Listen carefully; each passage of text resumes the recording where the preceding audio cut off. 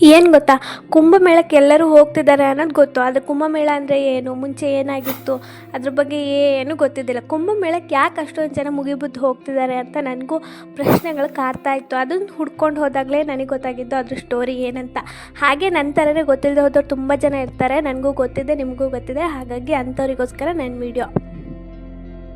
ಈಗ ಹಿಂದೆ ಏನಾಗಿತ್ತು ಅಂತಂದರೆ, ಒಂದು ಕತೆ ಶುರುವಾಗುತ್ತೆ. ಆ ಕಥೆಯಲ್ಲಿ ಬರೋದೇ ನಮ್ಮ ಸ್ಟೋರಿ ಆಫ್ ಸಮುದ್ರ ಮಂಥನ ಅಂತ ಅಂದ್ಬಿಟ್ಟು, ಆಯಿತಾ. ಅದರಲ್ಲಿ ಮೌಂಟ್ ಎವರೆಸ್ಟ್ನ ಯೂಸ್ ಮಾಡ್ಕೋತಾರೆ. ಯಾವುದಂದರೆ ಮಂದಾರ ಪರ್ವತನ. ಆ ಪರ್ವತದ ಸುತ್ತ ವಾಸಿಕೆನ ಸುತ್ತಕೊಂಡು ಆ ಕಡೆ ದೈತ್ಯರು ಅಂದರೆ ರಾಕ್ಷಸರು ಮತ್ತು ಈ ಕಡೆ ದೇವತೆಗಳೆಲ್ಲ ಸೇರಿಬಿಟ್ಟು ಮಜ್ಜಿಗೆ ಕಡ್ದಂಗೆ ಕಡಿತಿರ್ತಾರೆ. ಆ ಟೈಮಲ್ಲಿ ತುಂಬ ಉದ್ಭವ ಆಗುತ್ತೆ, ಏನೇನೋ ಉದ್ಭವ ಆಗುತ್ತೆ. ಏನೇನಂತಂದರೆ ಲಕ್ಷ್ಮಿ ಕೂಡ ಹುಟ್ಟು ಬರ್ತಾಳೆ, ಕಾಮಧೇನು, ಚಿನ್ನ, ಬಂಗಾರ ಎಲ್ಲ ಉದ್ಭವ ಆಗುತ್ತೆ ಆ ಟೈಮಲ್ಲಿ. ಮತ್ತು ವಿಷ ಕೂಡ ಉದ್ಭವವಾಗುತ್ತೆ. ಆ ವಿಷನ ಶಿವ ನುಂಗ್ಬಿಡ್ತಾನೆ, ಎಲ್ಲರೂ ಸತ್ತೋಗ್ಬಿಡ್ತಾರೆ ಅಂತ ಅಂದ್ಬಿಟ್ಟು. ಆ ವಿಷ ನುಂಗಬೇಕಾದ್ರೆ ನಮ್ಮ ಒಂದು ಪಾರ್ವತಿ ಗಂಟ್ಲಲ್ಲೇ ಹಿಡಿದ್ಬಿಟ್ಟು ಆ ವಿಷನ ತಡೀತಾಳೆ ಮುಂದಕ್ಕೆ ಹೋಗೋದನ್ನು. ಆ ಟೈಮಲ್ಲಿ ಅಮೃತ ಒಂದು ಕುಂಭದಿಂದ ಹೊರಗೆ ಬರುತ್ತೆ. ಆ ಕುಂಭದಿಂದ ಹೊರಗೆ ಬಂದಿರೋದನ್ನು ತಗೊಂಡು ನಮ್ಮ ವಿಷ್ಣು ದೇವರು ಓಡಿ ಹೋಗ್ತಾರೆ, ಎಲ್ರಿಗೂ ಹಂಚಬೇಕು ಅಂತಂದ್ಬಿಟ್ಟು. ಹಂಚೋ ಟೈಮಲ್ಲಿ ರಾಕ್ಷಸರು ಹಿಂದೆಯಿಂದ ಓಡಿ ಬರ್ತಾರೆ ಇಸ್ಕೊಳಕ್ಕೆ. ಆ ಇಸ್ಕೊಳಕ್ಕೆ ಓಡಿ ಬಂದಾಗ ಒಂದು 4 ಹನಿ ಬೀಳತ್ತೆ. ಆ ಬೀಳೋ ಜಾಗನೇ ಈಗ ಮಹಾಕುಂಭಮೇಳ ನಡೆಸ್ತಾ ಇರೋ ಜಾಗಗಳು. ಅದು ಯಾವ್ದ್ಯಾವ್ದು ಹೇಳಿ, ಪ್ರಯಾಗ್ರಾಜ್, ಉಜ್ಜಯಿನಿ, ಹರಿದ್ವಾರ, ನಾಸಿಕ್. ಪ್ರೆಸೆಂಟಾಗಿ ಧಾರ್ಮಿಕವಾಗಿ ಆಚರಣೆ ಮಾಡ್ತಿದ್ದಾರೆ. ಅದರಲ್ಲಿ ಸ್ನಾನ ಮಾಡಿದಾಗ ನಮ್ಮ ಪಾಪಗಳೆಲ್ಲ ಕಳೆದು ಅಮೃತದ ಒಂದು ಸ್ನಾನ ಮಾಡಿ ನಾವು ಬಹಳಷ್ಟು ಕಾಲ ಬಾಳಿ ಬದುಕ್ತೀವಿ ಅನ್ನೋ ಒಂದು ನಂಬಿಕೆ.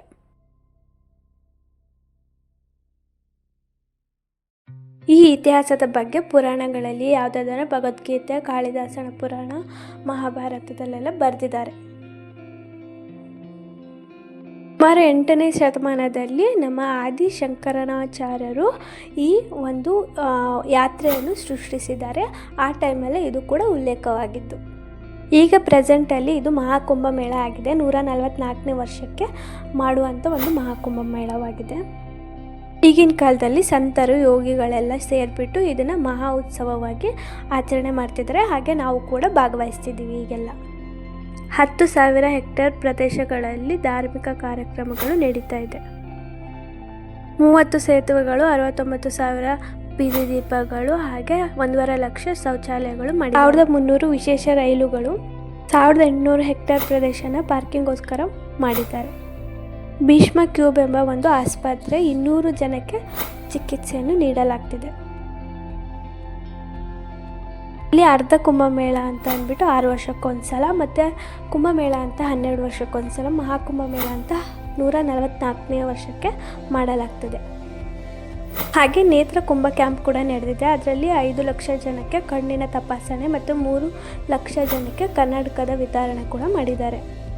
ಮಹಾಕುಂಭಮೇಳ ಅಂತ ಒಂದು ಆ್ಯಪ್ ಕೂಡ ಮಾಡಿದ್ದಾರೆ. ಅದರಲ್ಲಿ ಈಗ UP ಸರ್ಕಾರ 25 ಕೋಟಿ ಆದಾಯದ ನಿರೀಕ್ಷೆಯಲ್ಲಿ ಕೂಡ ಇದೆ.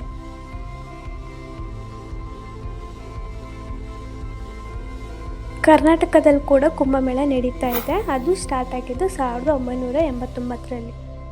ಮಲೆ ಮಹದೇಶ್ವರ ಕುಂಭಮೇಳ KR ಪೇಟೆ ತಾಲೂಕಲ್ಲಿ ಅಂಬಿಗರಹಳ್ಳಿ ಅಲ್ಲಿ ನಡೀತಿದೆ 12 ವರ್ಷಕ್ಕೊಮ್ಮೆ. ಅದು ಕಾವೇರಿ, ಹೇಮಾವತಿ, ಲಕ್ಷ್ಮಣ ತೀರ್ಥದಲ್ಲಿ ನಡೀತಿದೆ. ಹಾಗೆ ನರಸೀಪುರ, ಮೈಸೂರು ತಾಲೂಕು ಅಲ್ಲಿ 3 ವರ್ಷಕ್ಕೊಮ್ಮೆ ನಡೀತಿದೆ ಕುಂಭಮೇಳ. ಅಲ್ಲಿ ಕಾವೇರಿ, ಕಪಿಲ ಮತ್ತು ಸ್ಫಟಿಕ ಈ ನದಿಗಳು ಒಂದಾಗ್ತಿದೆ.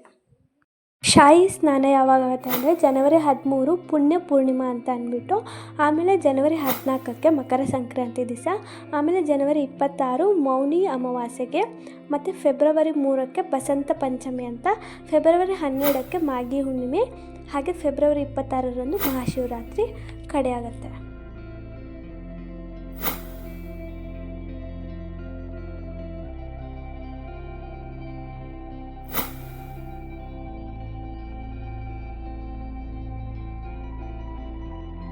ಹಾಗೆ ಒಟ್ಟು ಆಷಾಢಗಳು 13 ಬರುತ್ತೆ. ಶೈವ 7, ವೈಷ್ಣವ 3, ಉದಾಸೀನ 3.